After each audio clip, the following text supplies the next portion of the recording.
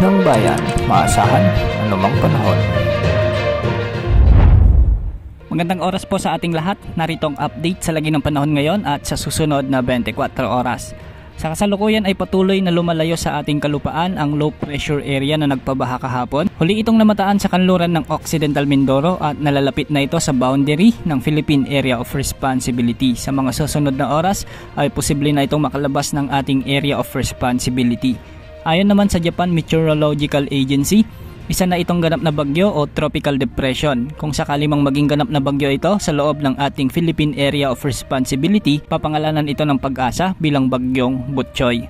At dahil nasa karagatan muli ito, posible pa itong lumakas, ngunit kikilos na ito ng hilagang kanluran patungo sa southern China. Samantala habang ito ay lumalayo sa bansa, isang panibagong bagyo naman ang nagbabanta. Nabuo ito sa silangang karagatan ng bansa sa loob ng ating Philippine Area of Responsibility. Sa kasalukuyan, isa pa lamang itong low pressure area ayon sa kategorya ng Pag-asa, ngunit ayon naman sa Japan Meteorological Agency o GMA, isa na itong ganap na bagyo o tropical depression. Makikita sa ating satellite animations na malawak ang kaulapang sakop nito kahit low pressure area pa lamang ito. Nakikita naman ng mga wind models na posible itong maging malawak at malakas na bagyo sa mga susunod na araw habang binabagtas ang karagatan sa silangan ng Pilipinas. Sa ngayon, tumataas na ang tsansa nitong maging bagyo sa susunod na 24 oras ayon sa Pag-asa. Kung sakali mang maging bagyo, papangalanan ito ng Pag-asa bilang bagyong Butchoy o di kaya naman ay bagyong Karina. Depende sa magiging kondisyon ng isa pang low pressure area na nasa West Philippine Sea.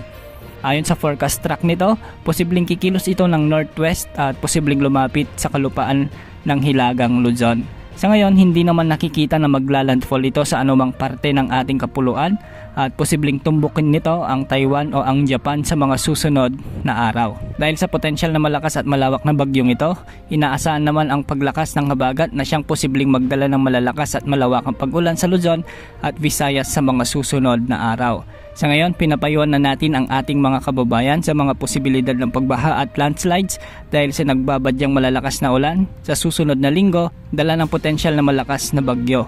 Posible pa rin magbago ang mga forecast na ito kaya't manatiling nakaantabay sa mga updates na ating ilalabas. Para naman sa lagay ng panahon ngayon, may mga inaasang pag-ulan pa rin sa bansa dahil sa epekto ng habagat na pinalalakas ng low pressure area sa West Philippine Sea, lalo na sa bahagi ng Palawan at Occidental Mindoro. Magiging maulap hanggang sa may kalat-kalat na pag-ulan naman sa ilang bahagi ng Mimaropa, Calabarzon, Central Luzon, Western Visayas at Metro Manila. Posible ang mga pagbaha at pagguho ng lupa. Posible rin ang mga pag-ulan dulot ng mga localized thunderstorms sa may Ilocos Region, Cordillera Administrative Region, ilang bahagi ng Cagayan Valley, Bicol Region, ilang bahagi ng Visayas at ang Mindanao. Samantala magiging bagyang maalon naman hanggang sa maalon ang mga karagatan sa Western Luzon dahil sa epekto ng low pressure area. Yan ang update sa lagay ng panahon. Ito po ang weather update ng bayan. Maaasahan anumang panahon.